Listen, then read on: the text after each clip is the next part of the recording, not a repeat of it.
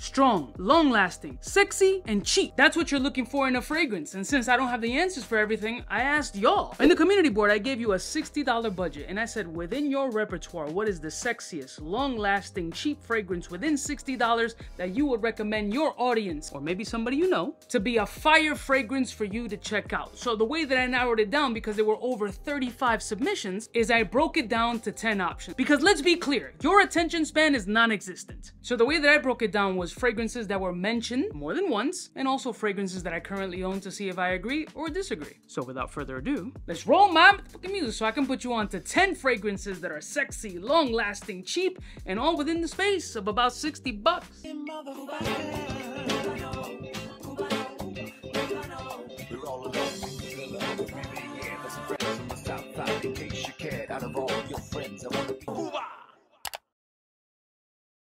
Listen, one of my beautiful peoples, you know who it is. It's your boy, C to the U to the B to the A. Let's jump right into this list. There's certain fragrances that were mentioned more than twice in this list, and also houses that I've never heard of, which absolutely made me curious, because one house, I think it's 𝗙𝗎𝗓𝗏, something like that, was mentioned multiple times, but different fragrances within that brand. So that's a new brand we gotta check out. If you know any good ones of those, leave it in the comments below. But the first fragrance mentioned about 4 times was Lattafa's Camera, aka the 𝐻𝐾𝐻 clone. And I must agree, maybe one of the most popular clones in 2024. Whether it be YouTube, TikTok, or IG, this fragrance was loved by a ton of people. Taking its scent DNA inspiration from 𝗻𝗔𝗄𝐻 from Kilian, not only performed incredibly well, but definitely had longevity. I find it hard to believe that you don't know what this scent already smells like if you don't potentially own it, but if you don't, it is a boozy, vanillic fragrance with a caramel essence, very mass appeal, very sexy, very date night, and the booziness, the sweetness, the masculinity, the sexy, the edible gourmandy energy in this scent, not to mention that it's on so many websites that you can definitely find it under 60 bucks.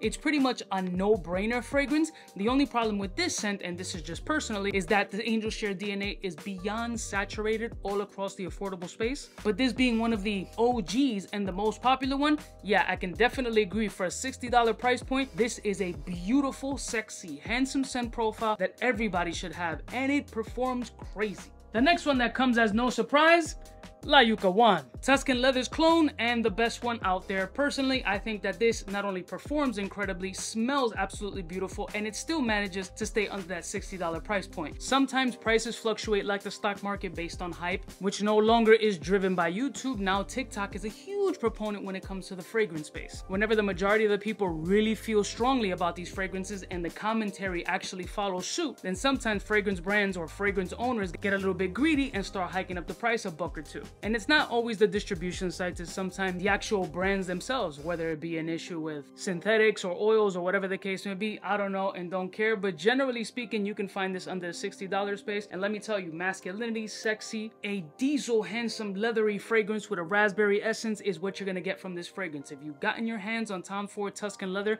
but you just can't find yourself justifying the price point, I understand, and this is one of the best options out there, and I agree. Performs, sexy, very close, and very cheap. Not one of my favorites, but I respect the gangster, and they mentioned it a couple times on the list as well.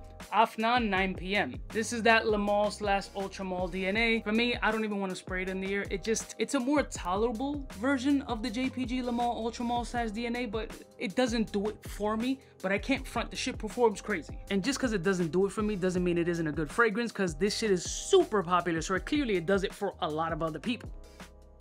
Yeah, it's just, for me, it's kind of traumatic. It's like you've been on a roller coaster and almost died, and then when you see roller coasters, you kind of get this PTSD. I kind of got a little PTSD with this scent. For me, it's just like, I know the headache is going to come. It just does something to my brain. Don't know what it is. I can't answer the question. It just is not for me. But it's for a lot of people. It does perform incredibly well, and just those couple of sprays right now are choking me the fuck out. You can definitely find this shit under that $60 price point. It just needs to go away right now. Next one. Currently a very hyped fragrance right now in the vanilla space, Liquid Broom by French Avenue. You gotta be a vanilla fan, number one. Number two is understand that this is a sharp, musky vanilla. This is the Altair alternative that does have incredible performance. And personally, not one of my absolute favorites, but it is overly strong. The musky notes in this fragrance and that cleanliness factor also comes off a little bit sharp for me. You have a strong vanillic punch and incredible performance, I'm not gonna lie. For some reason, this shit just seems to get better and better when it comes to testing this fragrance out, and the times that I do test this fragrance out is usually for content. Liquid Brune has a hell of a popularity right now, and I understand why. You're getting a punchy, woody, strong, musky vanillic fragrance under a $60 price point that's gonna perform incredibly. So if you wanna follow the hype train when it comes to vanilla, then Liquid Brune is one you should definitely check out on the list because it was mentioned and recommended 3 times. Next one. This came as a bit of a shock. Bentley Intense for Men was mentioned twice. For sexy, affordable, long-lasting, cheap, under $60. This fragrance had a decent amount of hype during the time, and it's been a while since I've smelled the fragrance. Oof, it's been a minute. Oh shit, I had to step away for a second because you're getting a very strong, boozy ass leather fragrance with a smoky essence. You got resinous, you got amber, you got patchouli, you have a lot of booze factor, and this, the fact that this has been sitting on the shelf the amount of time that it has for the long period that I've had this fragrance, it's formulated into something potentially even stronger, and that's just in the air. This is overwhelmingly boozy and patchouli right now with a real heavy, dense, smoky essence. Like, I'm gonna have to like revisit this fragrance right now. Honestly speaking, in the air, sillage-wise, not only is it crowding this fucking space, and we're at fragrance number 4 or 5 at this point, but there is a strong patchouli, resinous, smoky, alcoholic, almost scotch blendish kind of smell from this fragrance, which you can probably find for maybe 40-50 bucks. So yeah, this has a lot of fucking punch, and the more that it sits, the better it might get. Next one. Mentioned twice on the list was Amber Oud Blue Exclusive, not by 𝗙𝗾𝗋. See, there's a lot of websites that still have it under 𝗙𝗾𝗋, and that was a big discussion back in the day. It's not 𝗙𝗾𝗋.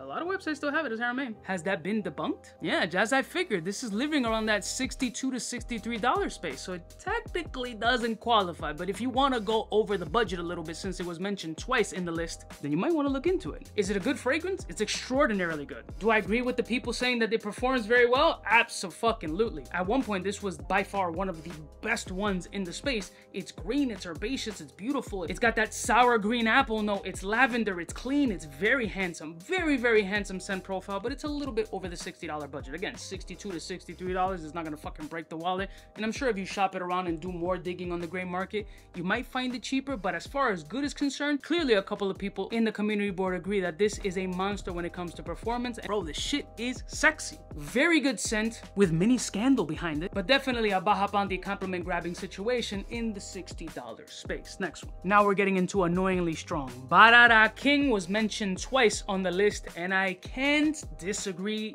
at all. To the point where I'm kind of frightened to wear this fragrance. It's a Yerba Pura inspired fragrance with all the synthetic scratchy muskiness that you can possibly want in a fragrance. It is loud, it is very fruity. It's like spilling cranberry and juice cocktail all over the place, leaving it there for about 3.5 days, and hopefully it gets sticky where it starts consuming the entire wood grain and air with sweet musky energy. At least in that case it would be sweet musty energy. Very strong in that $60 space. I believe it's hovering in that $60 space right now. Currently maybe slightly over, but shop it around. I'm sure it'll start dropping. And now that Black Friday is coming soon, you're gonna be able to get these fragrances for a decent amount. If not buy one get ones, X percentages off. A bunch of gray market dealers that have been featured on this channel will be having sales all across the board, so it's the perfect time for you to get a deal. And if you're in that space, to get a diesel ass fragrance that is sweet, musky, very loud, very obnoxious, will last for fucking ever, Bada King is definitely that fragrance for you to check out.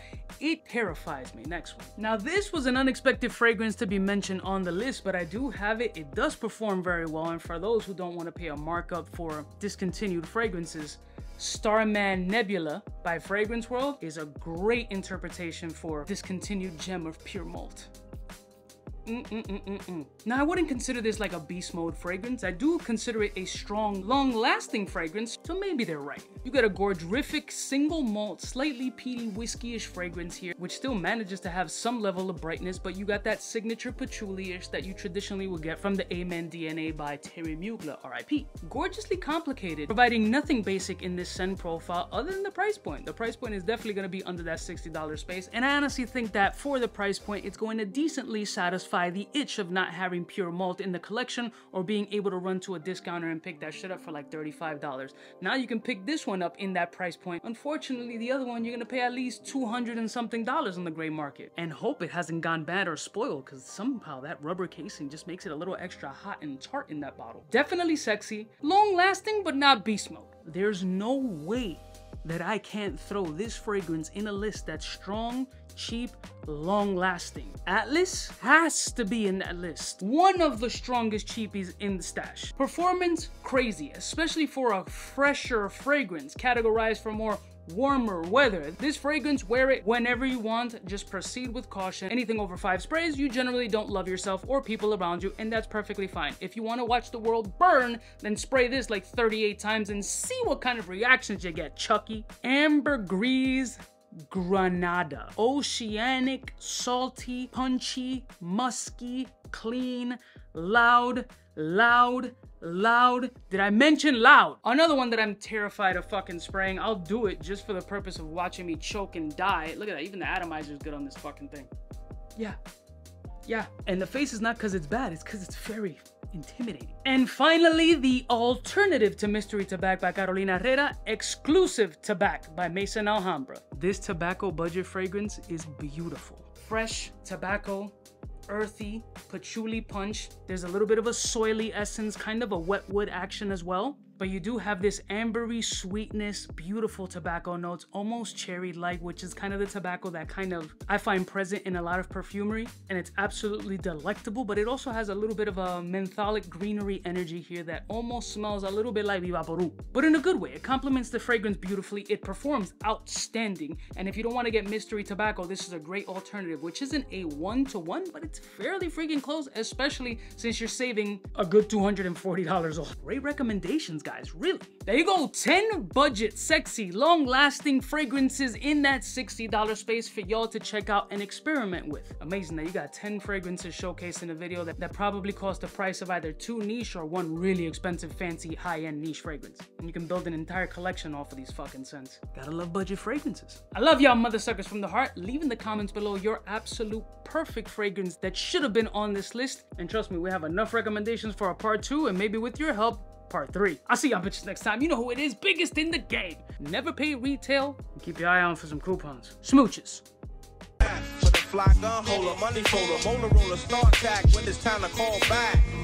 For the rough, rugged, and raw way, this nigga Jay, it's a game, but he don't play. Hey, for all the chicks that got dead in the penthouse suite on top of my mom's crib. It's nonsense you never get in. It's nonsense that you would think that you would